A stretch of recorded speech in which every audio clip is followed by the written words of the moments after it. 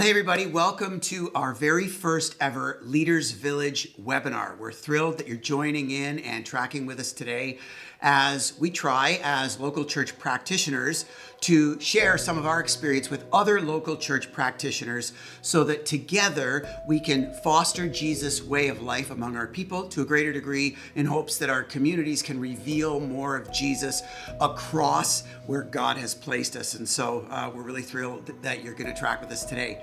We're going to start off by talking about how to build a missional church, how to make your church more missional. And I know that many church leaders that I talk to are wondering that these days, how their local church can be more of a functional social asset in its community. And so we're going to share some of our experience here at Southridge from the last kind of 2 decades or even quarter century. And I felt like in the way that this is going to structure today, we're going to have kind of 3 moves. But the first move I wanted to have, maybe most appropriately, with my longest time ministry partner here of just over 24 years and probably a month and a half, our teaching pastor here at Southridge, Michael KRAUSE. Mike, thanks for joining us. Oh, thanks. I'm glad. Great to be able to hang out in this way.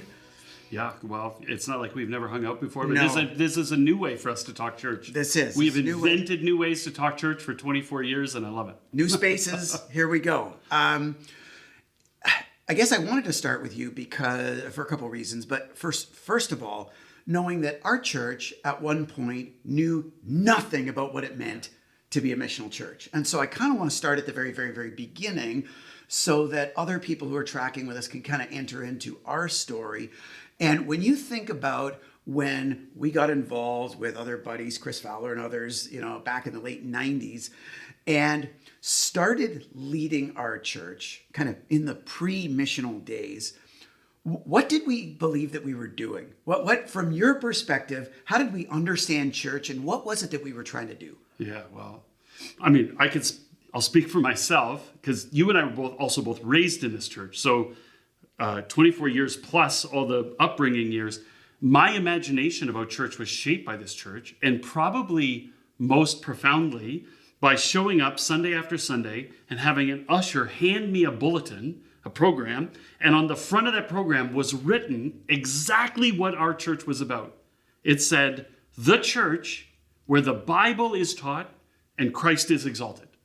Now, you'll remember over the years, the church became a church. A little more humility filtered in. We were no longer the church that did this, but it was like, that's what in my imagination, as it was shaped by this church growing up, that's what we did. We existed for 2 reasons: to teach the Bible and to exalt Christ. And I think what I internalized from that was primarily by the way that we worshiped when we gathered on Sundays. That was the heartbeat of what our church was. And I feel like the goal, I mean, if you were to ask me, why do those 2 things? I now have started to use language. I think we were training people in the religion of nice. That we were trying to be a community of nice people who got together where we met nice people. Some of us married nice people. We had kids and we raised nice people. And the goal was that by the teaching the Bible and the worship on Sundays, that we could all together kind of have a nice life of following Jesus.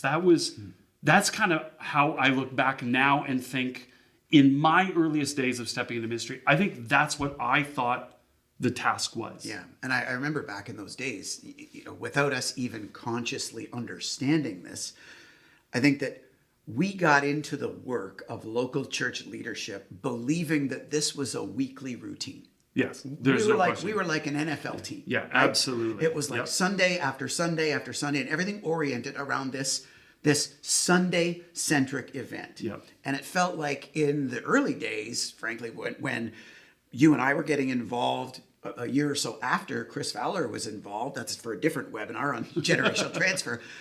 We were in an era where not just our church, but many churches were contemporizing this Sunday event, right? We were contemporizing the worship service. Chris had led us from a music background through the, they called it the worship wars, That's right? right. The hymns to choruses. And we're obviously dating ourselves for people listening in. But that was kind of how we understood things. And for the first few years, it felt like we did a really good job at that. And the contemporizing and things started to grow, and kind of year over year over year, people were tracking with our community, and more people were engaging in this church where the Bible was being taught and Christ was being exalted. Yeah.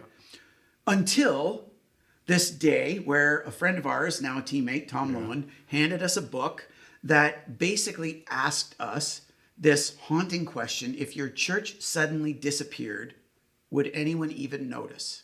Yeah. And my question for you, in that background of being so Sunday-centric and actually feeling like we were winning and we were doing amazing, what impact did that question have on you?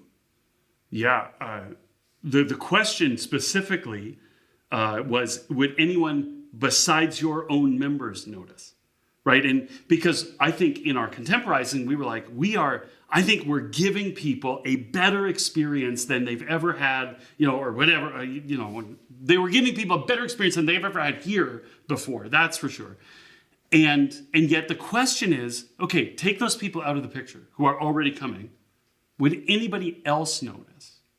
And that was a gut punch. Yeah. That was the kind of question that for that shining moment, you could all of a sudden stand outside of your own experience, and almost it's like you have an out of ministry body experience, and you can look at what you're doing, but see it, completely different. I remember C.S. Lewis once said, "I believe in the sun not because I can see it, but because of it, I can see everything else."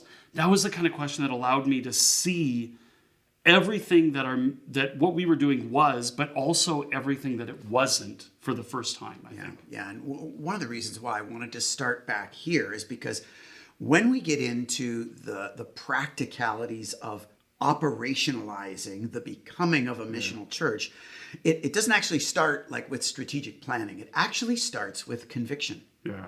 It starts with a conviction, and for us, I can't overstate the sense that, we kind of thought, maybe this is arrogant, but we kind of thought we were all that in a bag of chips back in our 20s. And all of a sudden we were haunted by this question where almost overnight we wondered whether we were even a church. Right. Yeah, absolutely. And, for those who are tracking in this webinar, I guess my first question or first challenge would be to have some conversation around your leadership tables to just assess your understanding of what even a church is and your sense of conviction around that kind of question.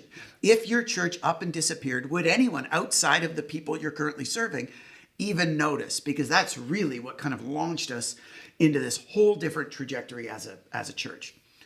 The second thing then that, and I know we're kind of fast forwarding through years and years of journey, but kind of flowing out of that, another reason why I wanted to start with you here, Mike, is that pretty soon after that, God started to really open our eyes to his heart for compassion and justice, especially as we understood the scriptures.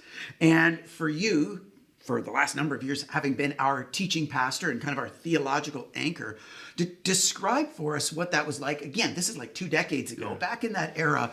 What was God changing among us as a leadership and among you personally in seeing how God views the world, how he views the kingdom, and how he invites people into a life of faith so drastically differently? Yeah.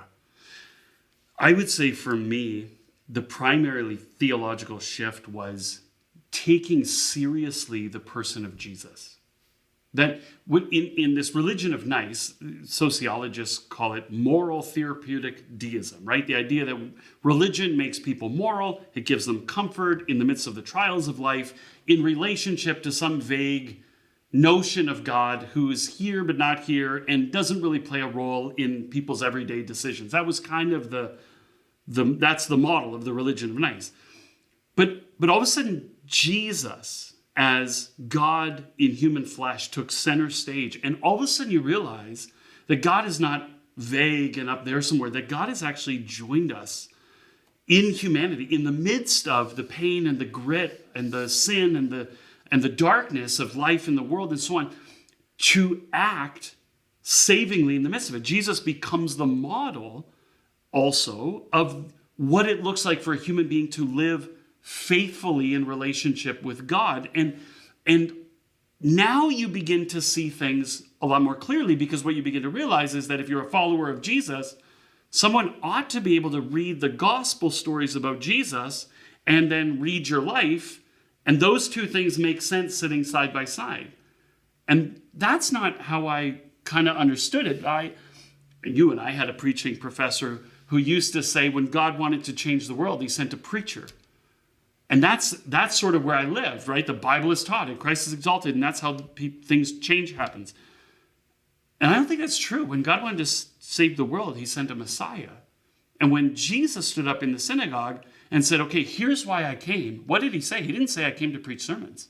He said I came to heal the sick, to free the oppressed, to set the prisoner free, and preach good news specifically to the poor, right? When John the Baptist says to Jesus, are you the one or not? Jesus says, you tell me, what do you see?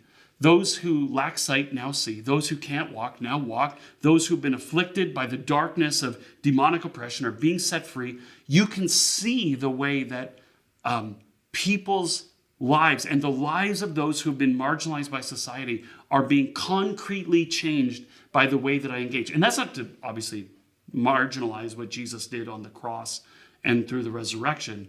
By that, Jesus forgives us for all the ways we haven't done that and empowers us to become those people. But Jesus, suddenly, it wasn't just the death and resurrection of Jesus that mattered. Suddenly, I could see his whole life and say, until I, individually, and until we as a community are doing with our lives the very same things that Jesus was doing with his life, we are not yet living the gospel. Yeah, and I feel like in that shift, again, this is fast forwarding for years, so I hope the expediting of this experience is valuable for people who are tracking with this conversation. But I feel like in that era, there were two things that God was forming in us.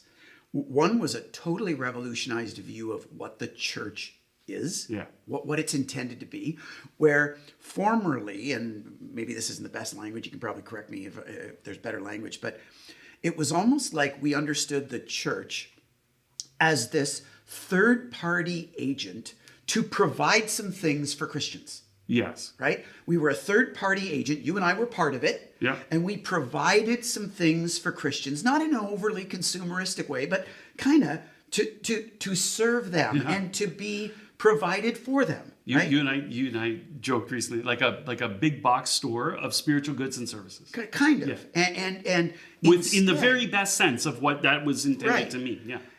Instead, realizing, no, when God wanted to change the world, he sent himself incarnate. Yeah.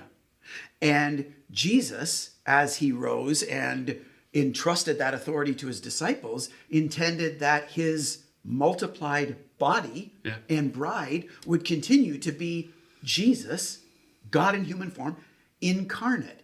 And I would say for us as a leadership, when our fundamental reason for being shifted from just providing some goods and services, specifically through this event on Sunday, to figuring out, okay, we actually exist to incarnate Jesus, like that purpose was game changing, because then it changes everything about what you're trying to do and what you resource. And it kind of drives why you would operationalize compassion and justice and try to become a missional church, as opposed to treating that as just another set of goods and services. So I think number one, because when you look at Jesus, that's what you see. Exactly. So you had this first of all, the philosophy, the understanding of the purpose of the church fundamentally shift simultaneously, and we're kind of saying the same thing, but it was game-changing in what the invitation to people became. Because no longer did we see ourselves as primarily addressing the stresses and struggles of these generally privileged followers of Jesus. We were inviting these wannabe followers of Jesus into actually following Jesus and becoming people who increasingly incarnated Jesus personally and together as a church family, probably most significantly by learning increasingly to relinquish our privilege for those of less privilege, to leverage our power for the powerless. And that shift, forget the purpose of the church. That's huge. But the shift of what you're inviting people into, hey, come and receive a bunch of spiritual goods and services to help assuage the stresses and struggles of your generally privileged life, to no, come and die to yourself, come and learn how to increasingly relinquish your privilege. Like, that probably has been the most game-changing part of all of this. The Philippians 2, you should share the same mindset as Christ, who laid down his privilege in order to serve humanity with the love of God. That becomes the central invitation, right? And Paul's summary of what Jesus is the God who lays down power and privilege in order to serve others in love, followed with, and that's exactly what your life should be shaped like too. Yeah, and so that then totally reframes what it is that a team of leaders is even trying to build. Absolutely. And, as a bit of a timeout then for those who are tracking with this, again, sit around your leadership team table. And in addition to that conviction of, if our church up and disappeared, would anyone outside of the people that we directly serve even notice? Ask yourself some of those more underlying questions of why we even exist as a church and what we're inviting people into, so that it can drive what it is that you're then trying to build and operationalize. So with that then, before we get into some of those operationalized mechanics, final kind of move that I want to address specifically with you, Mike, is as a preacher, as a Bible teaching, Bible student, gifted communicator of the scriptures, how did that reframe like your identity, your role, your reason for being, and maybe even broader, how did that reframe how we saw the contribution that gathering our people on Sundays was supposed to have? Because even today, we haven't thrown that baby out with the bathwater. We still view our large group, ideally in-person gatherings, as critical to this way of Jesus,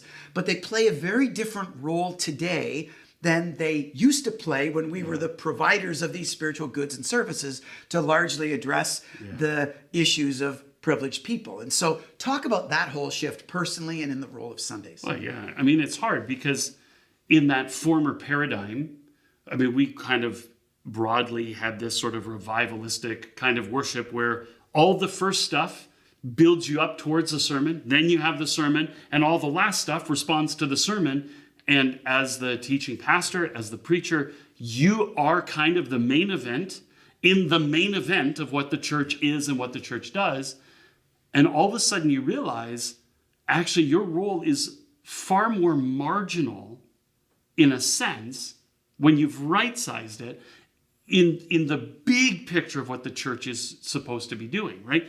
There is a little bit of swallowing your pride and saying with John the Baptist, I think I have to decrease so that the image of Christ throughout our church can increase, right? And so the role, we've gone from preaching 40-minute sermons to 30-minute sermons to now 20-minute sermons because what we're trying to accomplish on a Sunday is bigger than just getting the Bible message across. And then the Sundays become a smaller and smaller part of the overall church pie of what we're trying to do, because I think this is how I would think about it. Back in the day, I used to think of preaching something like, you're lighting a match and throwing it and trying to start a forest fire, right? Like you're trying to ignite others to burn away the old and make space for the new, right? And and a forest fire is uncontrolled, and so you throw the match and you hope it catches, and often it doesn't, or it catches a little bit here, a little bit there. But that's how I thought about it. I'm going to throw the match and we'll see what happens. But the way we think about preaching now is much more like the spark plug of a car. It's the same kind of ignition.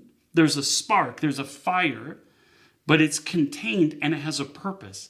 Its purpose is to set in motion the whole, the entire thing, to create forward progress for everything in a very channeled, controlled, focused way. And so still, a spark plug is a very small part of the car, but it's where all the motion begins. And it's like on the ego front, Nobody looks at a sports car and says, that thing's got the best spark plugs out of any... Like, the spark plug is almost irrelevant to what the car itself is.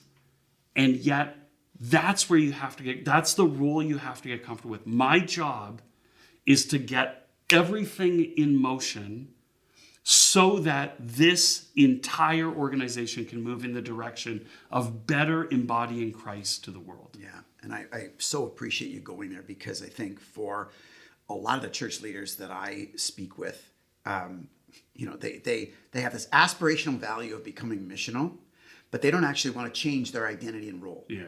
And fundamental to operationalizing a missional church is reframing what Sundays do and the role of preaching, and even the primacy of the preacher in this whole system that together, like this performance sports car, that together exists to incarnate Jesus in the world. When you experience that conviction and it reframes your perspective, it redefines who you are and what you're doing as church leaders and in your large group gathering. And I so appreciate you walking us through some of those mechanics today. Mike, as you think about church leaders across the country who are desiring to become more missional, as a teaching pastor, anything else that you'd want to encourage them in before we get into the next phase and actually talk about the mechanics of operationalizing a missional church? Yeah. I would say I used to get out of bed in the morning, on a Sunday morning. I would get out of bed excited at the prospect that I was going to present, biblical truth to people, and I was going to help them think better about what it means to follow Jesus. And I don't do that anymore. I got a text message a little while ago from a guy who used to live in our homeless shelter. And he texted me and he said, your church has literally saved my life. And I'm sure you hear that all the time. And I thought, here's a formerly homeless addict in recovery saying the primary impact that we've had on him is to actually save his life, literally and physically give him the opportunity to engage in beginning a journey of following Jesus. And for me, that's why I get out of bed now. The goal of teaching the Gospels is to get a text message from somebody that says, you reached into a place where everyone had forgotten and ignored me, and through you, Christ was able to bring me back. And if ministry is measured that way, then I'm all for it. Amazing. Really appreciate you just sharing some of those experiences and helping those of us who are trying to find our way together to understand some of those early shifts that need to take place in order to operationalize and become a missional church. We're going to take a short break and switch guests in this chair and engage in the second phase of this, and that is the mechanics of how this actually operationalizes. So thanks for being with us, Mike. Really appreciate it.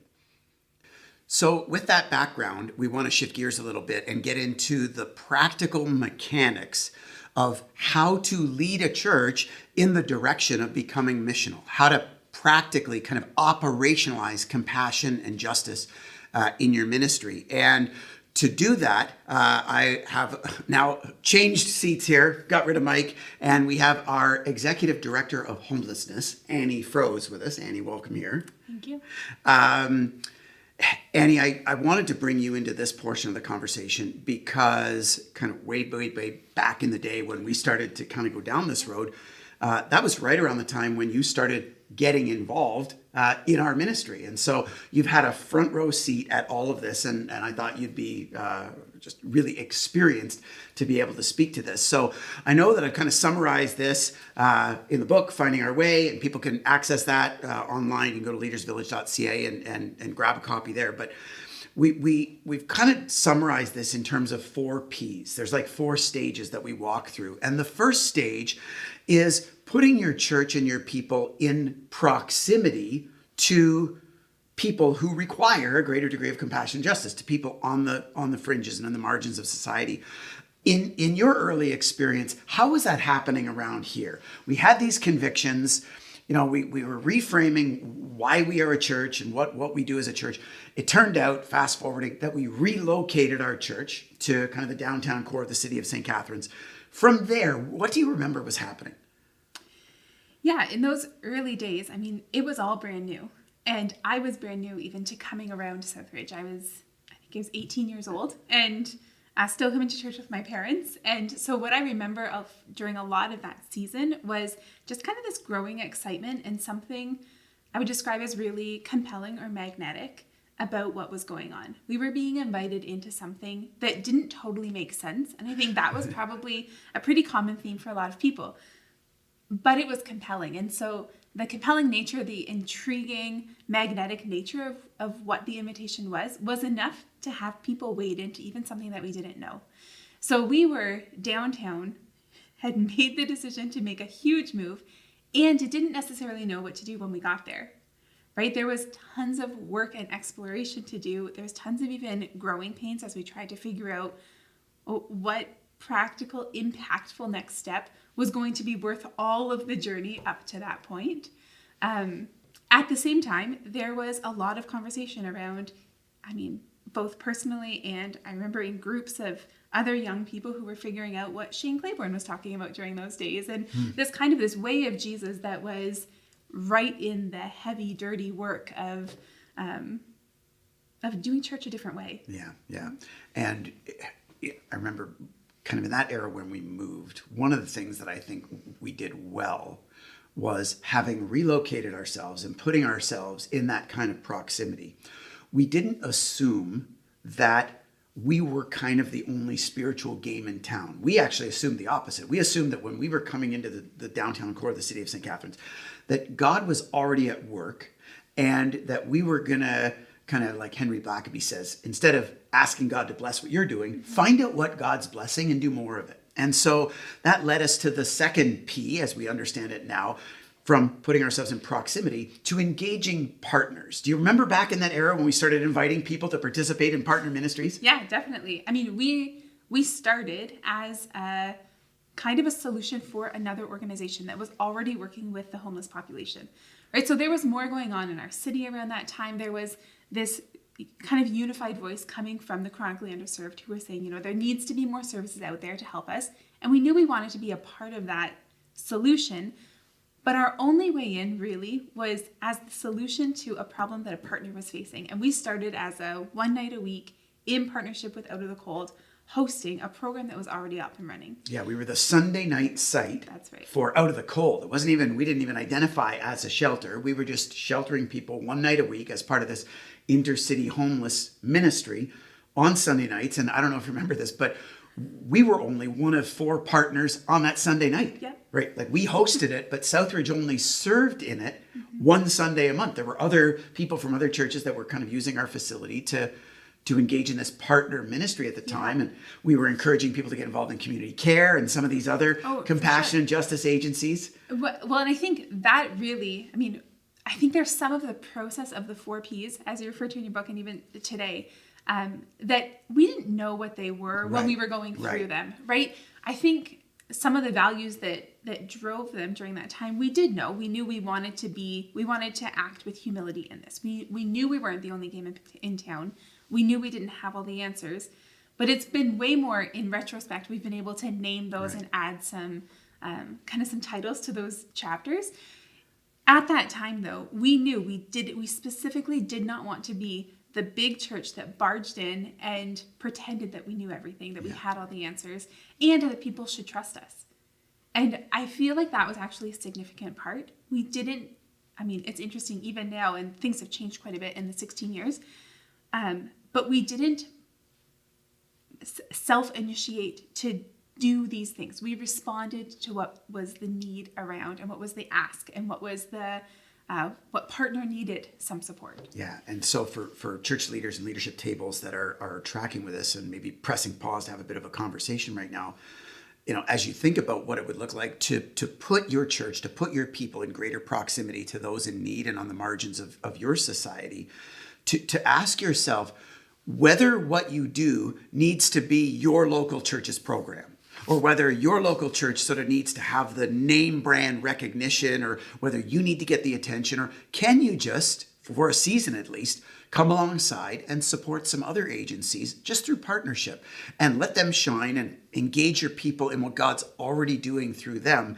I think that while that does take some humility and you don't get a lot of credit for it in that era as a church leader, it's integral to actually figuring out how God wants to uniquely leverage your church, because that then opened the door for that third P, identifying the core programming that we could serve. So describe that process, because that's really when you started to get involved. For sure. And one last piece to partnership, it also allowed us to use some of the trust equity that partners had with the organization to actually learn. It put us in a posture of learning from the very beginning that I think ended up serving us really well. Where we go, though, from that partnership to core program, I mean, I think that there's a couple of things that, if I'm thinking back, were learnings for us. I remember early on someone had said, when you do something really well, you're going to be asked to do everything. And being able to go through that process of discerning what you say yes to and what you don't say yes to, and since you say no to, are going to be difficult decisions if you're not really clear on why you're doing what you're doing.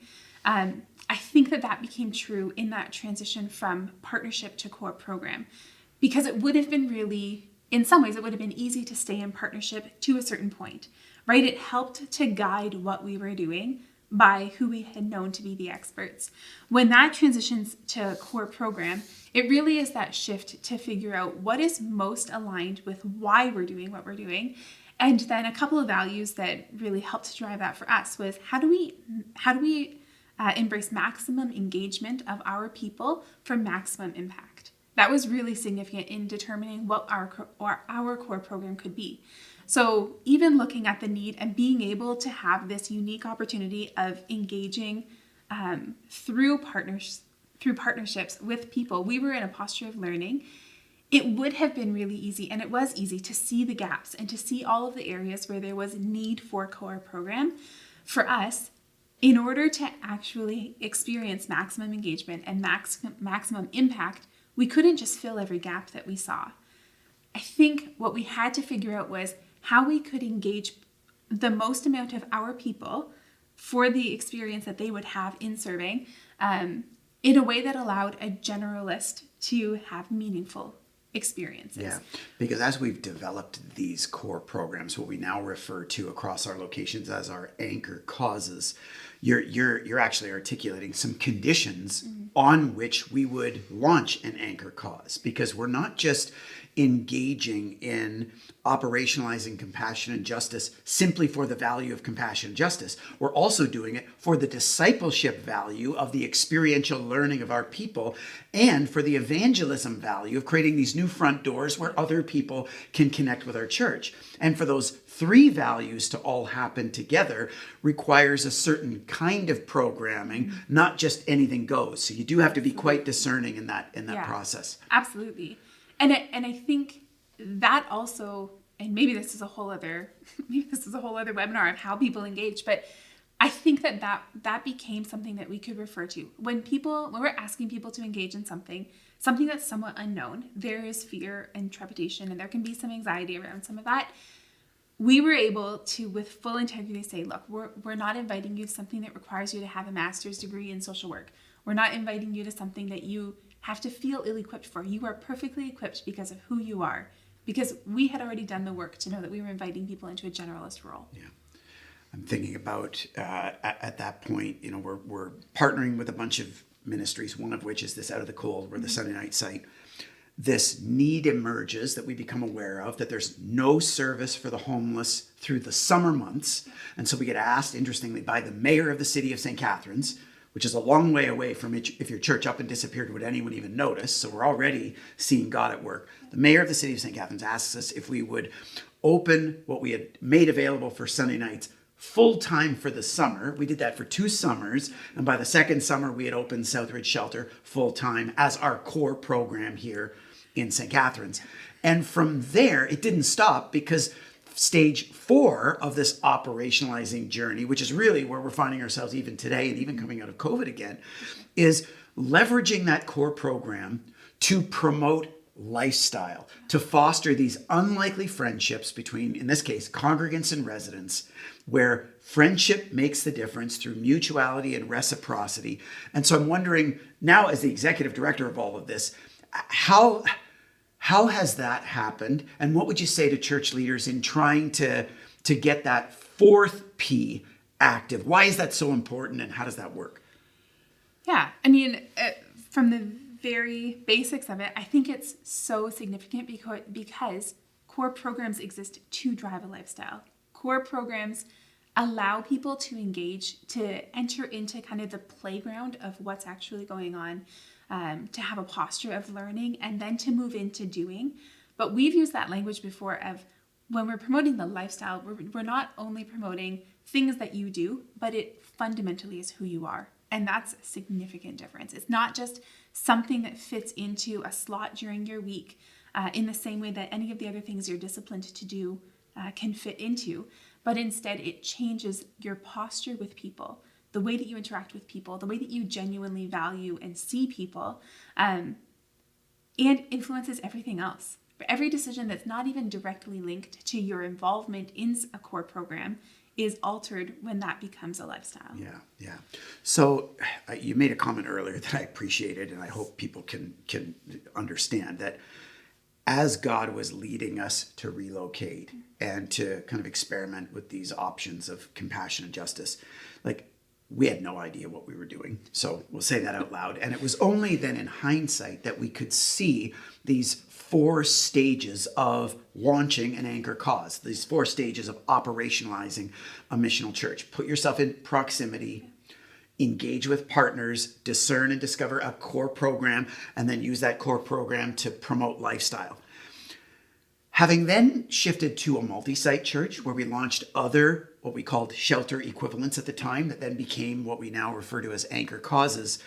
Can you just walk us through in summary, like, first of all in Welland and then in Vineland, how those 4 stages then replicated? Because it was only as we'd done this then a couple times that we realized, oh, there's actually a sequence here that God has used that in our case seems to work. And if we were to launch new sites, would work again. And as we're advising and encouraging other churches to try to operationalize mission, they can follow this sequence pretty reliably as well. Yeah, absolutely. So in walking through those 4 Ps, I mean, really, we started by trying to explore what the need was, right? And there is lots of data that exists, at least in Canada. I'm sure it exists in other places as well, around these social determinants of health. And there's data that backs what is the core need. So it's more than simply anecdotal.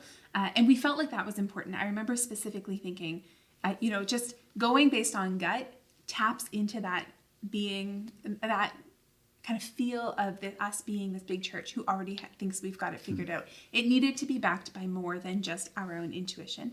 And so it kind of exploring what actually is the need. So we went to Welland, and what is the need? And these soul support families began to emerge as this seems to be the need. And I remember in our action team at the time, we had gathered, I think there were maybe 10 or 12 organizations that we were hearing were kind of doing all of this really great work within that kind of bucket of marginalized individuals.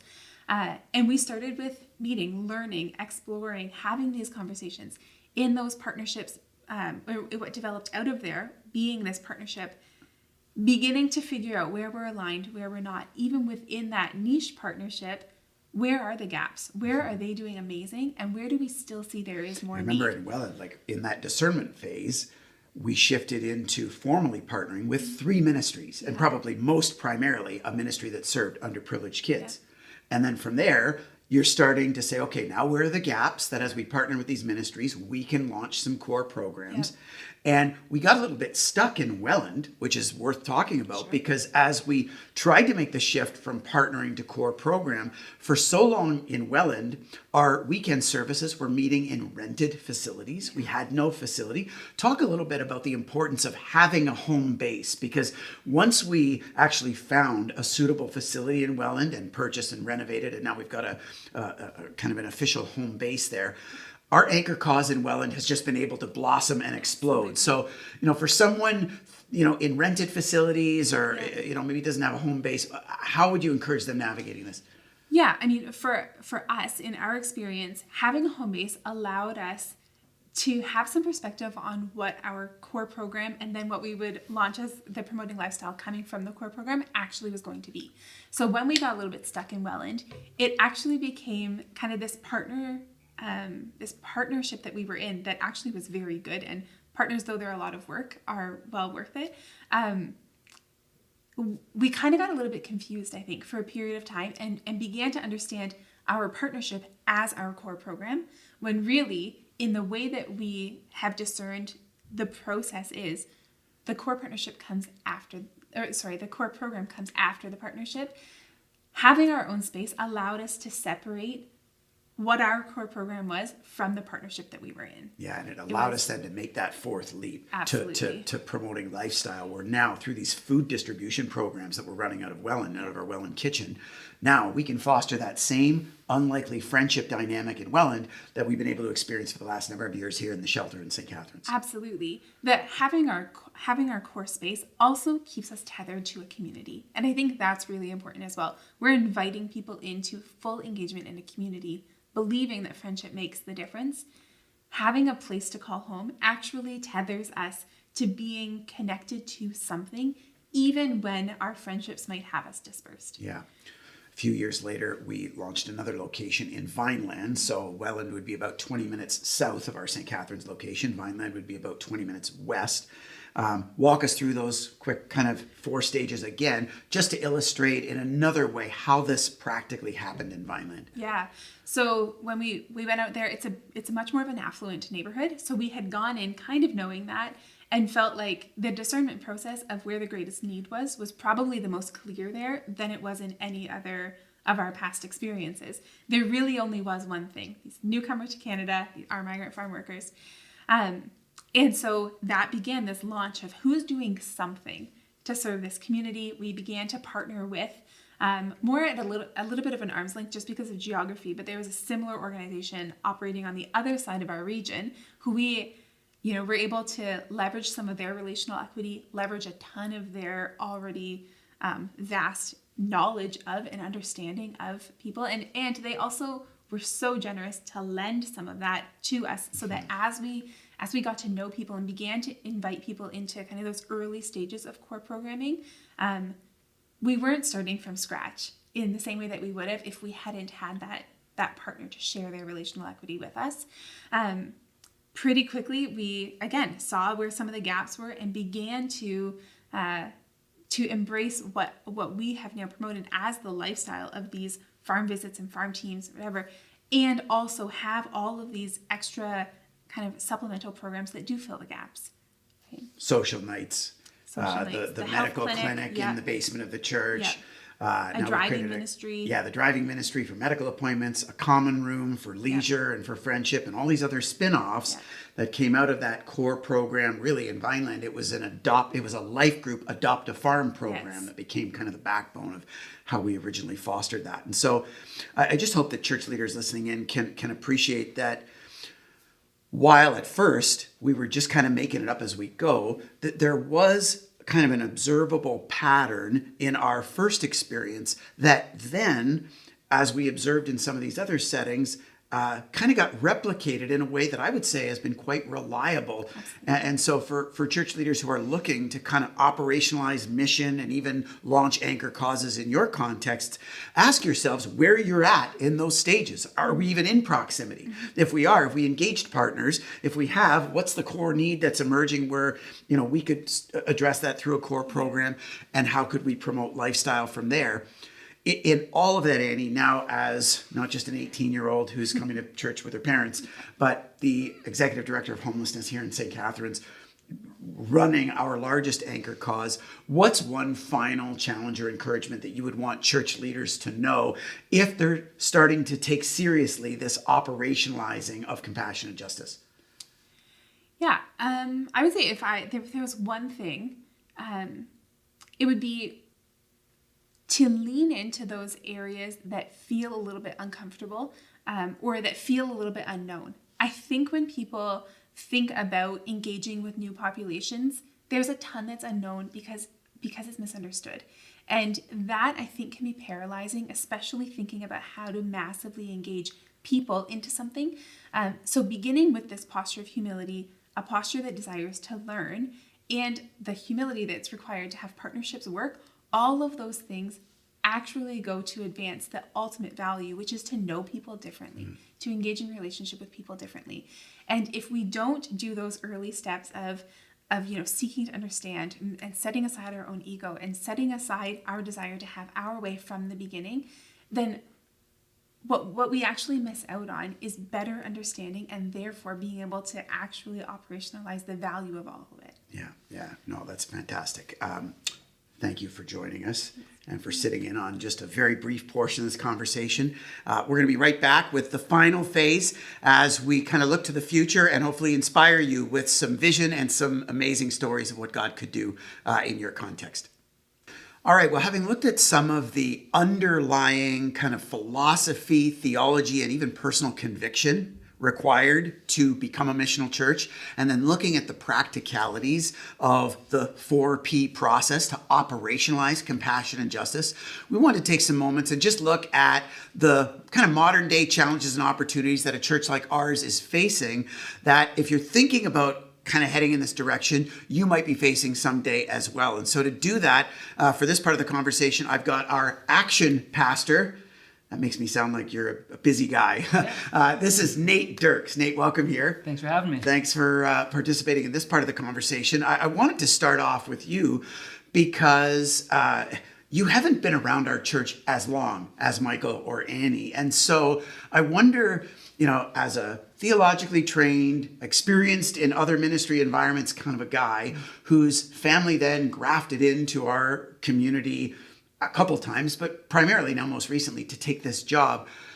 Can you first of all just speak to all the church leaders and leadership teams out there from an outsider perspective? Like when you came to Southridge and were operationalizing all this compassion and justice, what was it that Southridge did so differently that you would want other churches and church leaders to understand if they were going to do this as well? I mean, one thing that I really found was that Southridge understood the fact that, for this to be a part of our whole community, it couldn't just be about sort of champions, like just the one or two champions who are they're the people who are the missional type people. You can't just sort of have this sort of hero type paradigm of this is the person who's missional, we're going to support them. But really that this is an all-in type of lifestyle for the body of the entire church. And that's something that I really appreciate, was the invitation that let's see what everybody's gifting can look like in this context. Let's see how everybody can understand that we are all called to this missional lifestyle, and that regardless of your context and gifting, that you're somebody who's going to champion this together with everybody shoulder to shoulder. That's an interesting comment because Annie referred to one of the conditions of an anchor cause being able to facilitate en masse this experiential discipleship and this kind of front door of evangelism into the way of Jesus.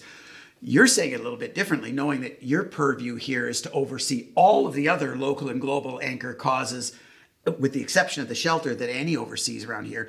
But you've actually got some history being a missionary in Africa. And so, for many churches, when you start to kind of go down the road of compassion and justice, you look at the few people who are gifted or passionate in this, and you allow them to kind of be the compassion and justice advocates. And so long as they're doing something, you can feel like your church has a missional presence. What's wrong with that philosophy or approach?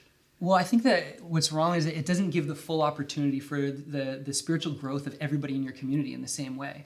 And when we're here championing the idea that Jesus is calling each one of us to experience him uniquely through relationship with people experiencing marginalization, through a difference that we're going to be able to be transformed into the image of Jesus, that everybody should get that opportunity in an equal way, and everybody's uniquely gifted to experience that.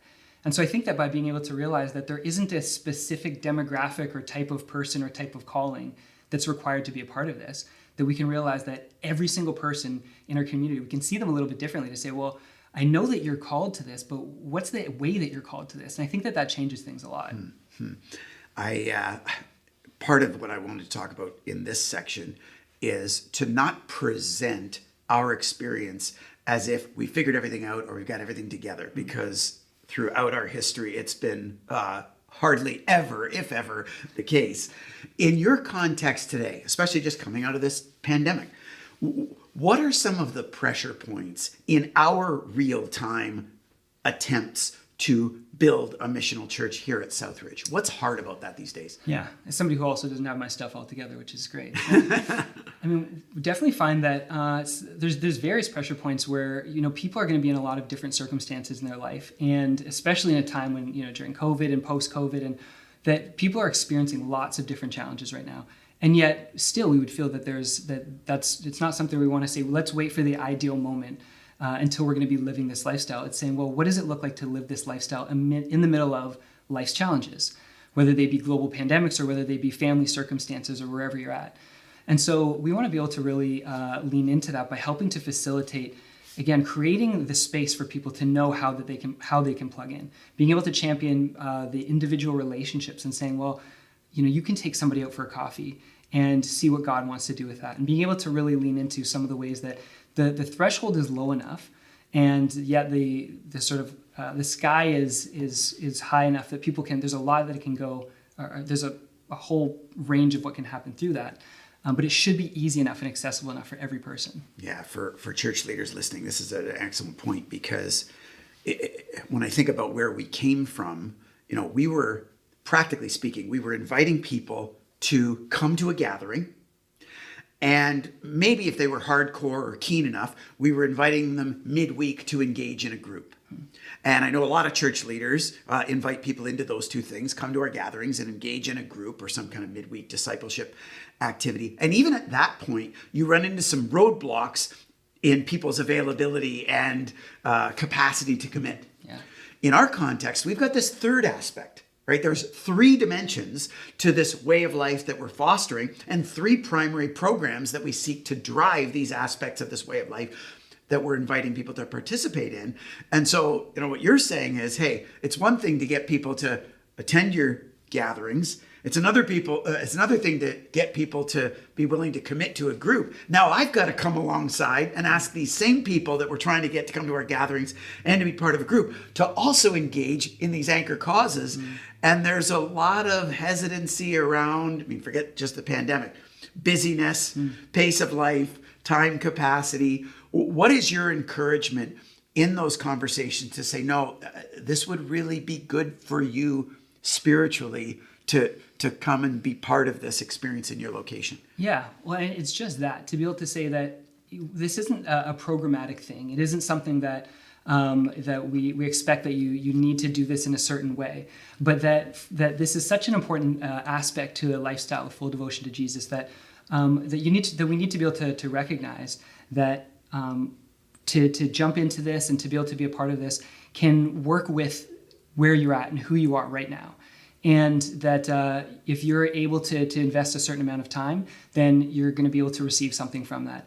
And again, that if we're able to walk alongside people, regardless of where they're at, that there's always going to be a place, because when this is about relationship, a relationship can look like so many different things. And we just feel, and we've experienced the fact, that people can plug that into their life, that they can plug in a relationship and sort of start to change a little bit of the way that we live in a way that doesn't overextend people, but actually starts to create, it gives that life-giving experience within the context of where they're already at. And we just want to be able to really make sure that we don't let it feel like such a barrier, that people think that this is going to be a massive investment of their time, that it's going to change the amount of time that they have available. Instead, we want to let them know that this is going to fit in with who you are, and you're going to be able to shift your life around that as well. One of the things that I was wondering specifically about you, knowing that you came into this formerly as a missionary in Africa, you and your wife, you've changed a lot as a leader in your short time around here, running these anchor causes, building this way of life among our people. To church leaders out there, what would you say has had to change in you as a leader and in your leadership in order to help us become a missional church, in order to operationalize this compassion and justice to a greater degree, and actually fulfill your role as the outreach and the compassion and justice champion here at Southridge? Yeah, I think there's, in my thinking and then in my behavior, I think one of the things that I realized is that I think I felt like I needed to be legitimized by kind of being at the forefront or leading the charge by being the most hands-on, or living the lifestyle to the greatest degree, or being at the forefront of every charge. And I think that I've realized since being able since coming into this role that, you know, there's something to be said for what it looks like to be transformed, and I want my life to continue to be transformed in these relationships in the way that God's calling me here. But that if I'm just trying to be the one to own and run with everything, that I'm actually not doing myself or the ministry a favor, because I'm going to be burning myself out. I'm not going to be able to have the capacity to do that in a congregational context with the community around me. And also, I only have a certain amount of gifting, and there's some things that I might be great at, and maybe I'd be the best one to be leading the charge in. But there are so many people in this community who have such unique gifts, and that God just wants to use in unique ways. And the thing that's really shifted in me has been the realization that if I can invest the best of my energy in empowering the people around me, even if, you know, I'm empowering somebody who's going to do something and maybe not quite the same way as I would do it, or somebody else and I'm not exactly sure what their exact gifting is, but being able to help facilitate them leading in programmatic ways and relational ways, that first of all, that God's going to be able to just increase their gifting and just honor that and use that and multiply that. And also that's going to be a blessing back to our entire community. There's going to be so much more that we're able to do based on more people who are really taking the lead. And I really feel that just really fosters a sense of sort of togetherness and oneness as we're kind of helping and spurring each other along, rather than, again, just having that one or two people who are championing things, and rather having a whole community who are saying, yeah, this can be me. I can be that person right at the forefront. And it's interesting because you've had to actually provide then that leadership lesson to leaders and to key people in your various anchor causes who come and want to work with you, but then they want to be that champion. They want to be that superstar. They want to be that missionary. Yeah. And for you, you've had to say, I know we've talked about this privately, to say, no, our ministry is to make every member a missionary, not to activate the most hardcore missionaries among us. Absolutely. That's actually the feature, probably the primary feature of a missional church, is that its systems are fostering every member becoming more like a ministry, not just having a few all-stars that kind of shine and are celebrated. Absolutely, which has been helpful as I'm learning that lesson, to be able to be passing that along in real time. I haven't mastered this, but here, let me show you what I'm learning, to help others to do the same. It's been great. Hey, you've got a bunch of exciting things that are happening and kind of cooking right now. One that I'm super inspired by is some preliminary work with a team that you're forming called the Good Relatives team. Can you talk about what is the Good Relatives team and what's it trying to do? Where's it going? Yeah. Well, it's even aspirational because we've been referred to as becoming good relatives in the hopes that we're going to get there. And becoming good relatives has to do with the idea that we've recognized over the last number of years in our proximity to, especially to people experiencing homelessness here in the Niagara region, that we realized there was a disproportionate number of people experiencing homelessness who have Indigenous background. And that's sort of a part of our growing understanding of what's happening here systemically among Indigenous peoples. And much to our shame, realizing there's a lot of systemic challenges, historical challenges deeply intertwined with the church that need to change surrounding Indigenous peoples. And for ourselves, we started to ask that question, say, well, what would it look like to understand better, first of all, what that looks like? And what we continue to hear from Indigenous leaders and people that we've respected in the Indigenous community who've spoken up have said, well, just listen. And for us, we wondered, well, what does that even mean, to just listen? And we were given the opportunity to plug into Indigenous communities in different ways, locally here especially, to just sort of hear the kinds of things that they're speaking about and the challenges that they've been facing and the historical and ongoing hurts that have been going on. And again, a lot of it at the hands of the church. And for ourselves, we've really wanted to be able to address that and lean into that and understand that better and to continue to be good at listening, with the hopes that, and this language came from an Indigenous leader locally who we really respect, who had said that the idea really here is to become good relatives, to understand that we are relatives, but we haven't been great ones. So let's become good relatives and let's work towards that. So for ourselves, it's trying to take an honest appraisal of what's the reality that Indigenous peoples are facing locally. We're not going to fully ever understand that if we're not Indigenous ourselves, but we're going to do our best to try. And then within that, to say, well, then what does it look like to say, I'm not in here to try to solve or fix or to imagine that I have some hero role to play, but what does it look like then for me to try to humbly walk alongside, to try to humbly own my own culpability here, and then to really be able to change that story for my generation, for the next generations, and that it would continue to have a different trajectory than we have had up to this point. And that involves a lot of intentional time, relationship, and a really long time together. It's so interesting because when I think back to the conversation Annie and I were having about the kind of 4 stages of operationalizing a missional presence, in a lot of ways, real time for the past maybe just couple of years around here, you and this Becoming Good Relatives team have been walking through maybe the first couple stages of putting ourselves in proximity with Indigenous friends and neighbors and simply partnering with them in a few key ways around Niagara and beyond, in a few key ways, just to listen and learn and see what God's up to and where he might be leading us in the future. And so that story is far from over, but it's something that real time God has been stirring among us that is pretty inspiring. Another thing that I know you're kind of forehead deep in, maybe too deep in, is exploring some bigger capital projects that could take some of our anchor causes to a whole new level. Talk about some of those that you're researching right now. Yeah. Well, the primary one for me right now has been sort of in our relationship in Welland, and sort of as we've connected with different social services and people in politics and just the community in general, we'd realized that there's a huge challenge facing people in the low-income community, especially in regards to affordability of housing. And for us, we've taken years to kind of explore that and try to help with food security in that exploration. But in the affordable housing conversation, that's one of those shifts that we feel like needs to happen, because that's something that's less of a Band-Aid solution, more of a systemic change. How do we actually change affordable housing? What does it look like to do that at a grassroots level? And really trying to explore that for ourselves as a community to say, well, this would be a big move for us. We also feel like we're really well integrated relationally. We feel like we have a good understanding of the challenges and the local partners and how we can work well together. But now it's just a matter of some of the plans and working out the details that we're trying to say, okay, can we actually make this big move for ourselves as a community?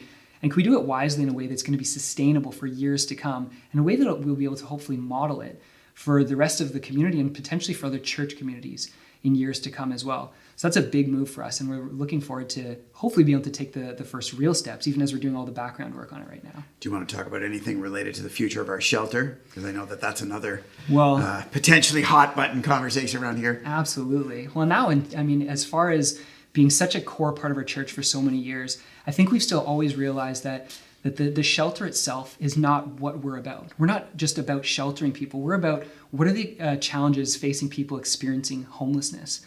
And providing that emergency hosteling isn't the be-all and end-all. It's a really necessary step.